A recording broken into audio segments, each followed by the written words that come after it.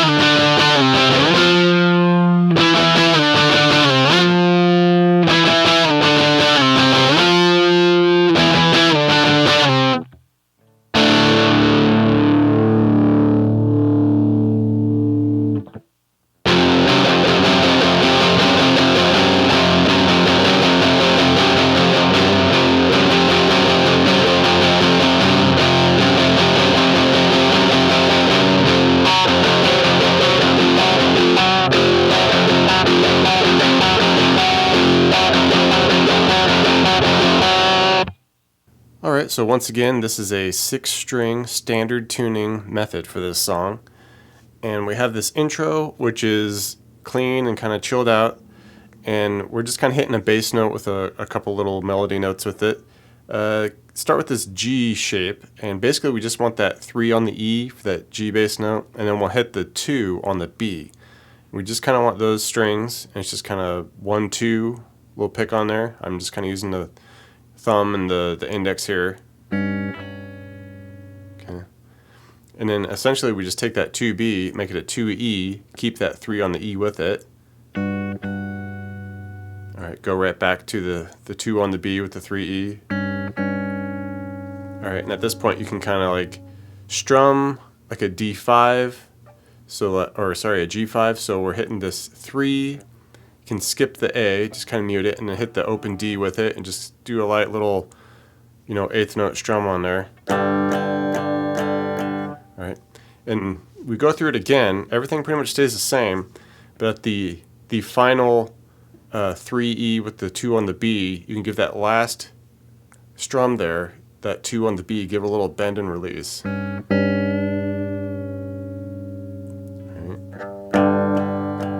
And from there, we shift to an E.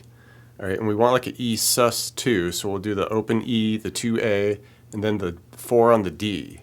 And with this, strum it just like that. All right, hit that, let it ring for a moment, and then just come off to like an E power chord, so just make that 4D a 2 with the 2A and the open E. Couple strums. Back to the sus2 with the 4 on the D. And it's kind of the same deal with this. You go through it once just like that, do it again, and at the last strum, give that 4 on the D a little bend and release. Alright, into this main verse riff, and it's basically a G power chord, and we're just adding a 4 on the E, and you know, it kind of makes it like a G sharp with a flat 5 or something, because we're keeping that 5 on the A there. All right, and it's just kind of about like getting like the back and forth pattern with it. It's like you strum the G once, just as the 3 and 5, kind of hold it just a moment there, and then we do the, you know, the 4 to a couple 3s, 4 to about 4 3s, hit the 4 again, back off to a handful of 3s, back to the 4, and you just kind of want to like end on that 4 and hesitate there. So it's something like this.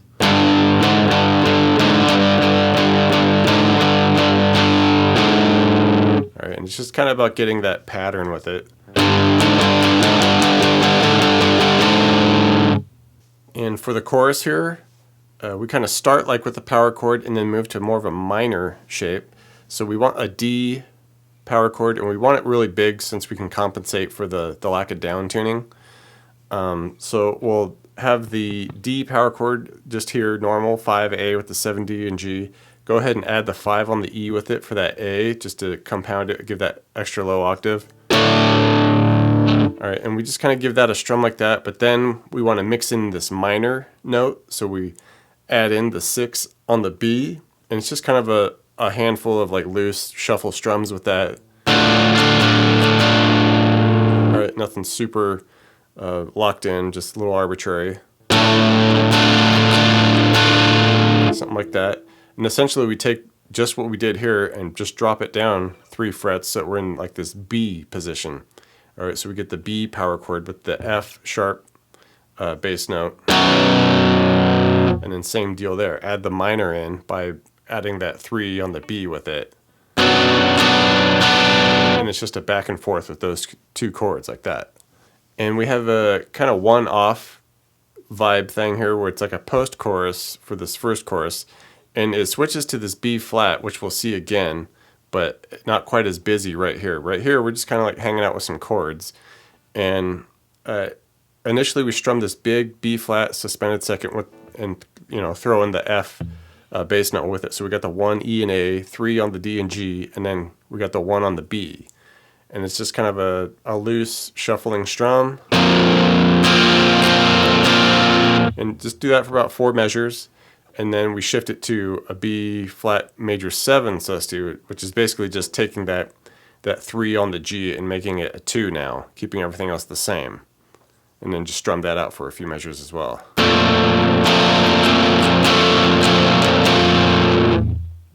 Then we actually get a little bit of a solo here. Come on up here, we'll be at the high E. We go 10 to 12. All right, get that 12 again, give it a little bend and release. Do 12B. Little bend release on the 12G. Then we go 12B, 12E. Zoom it all the way up to 19 on the high E. And we get into now what I would say is like the full-on bridge. And it's this B flat position that we were at before, but now we're going to make more of a riff out of it instead of just strumming some chords. Basically we want just like that big B flat power chord. So we got the 1 E and A, 3 on the D and G, and we hit it, and then we zoom over and we do A power chord at the 5 E, 7 A and D, and then we just do a few strums, slide it down to the G at the 3 and 5s, keep the strums going for a few, and then we slide it down to the 1 and 3s for the F. Alright, and with this thing, it's kind of got this funky, like, every other offbeat thing going. So, like, we go through it just like that, and then we'll do it again, but at the end of the second time through, we cut off a couple of those F strums. So it's like we cut that F short the second time through. So.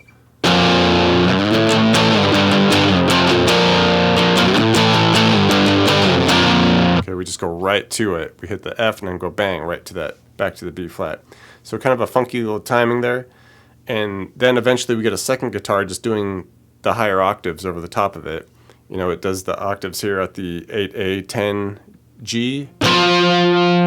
All right, here. And then from there, we do 7s and 9s on the A and G there. Kind of the same deal. We hit them, slide them down to the 5 and 7s, strum those a bit, slide those down to the 3 and 5s, and of course we would kind of do that same funny little cut at the second time through.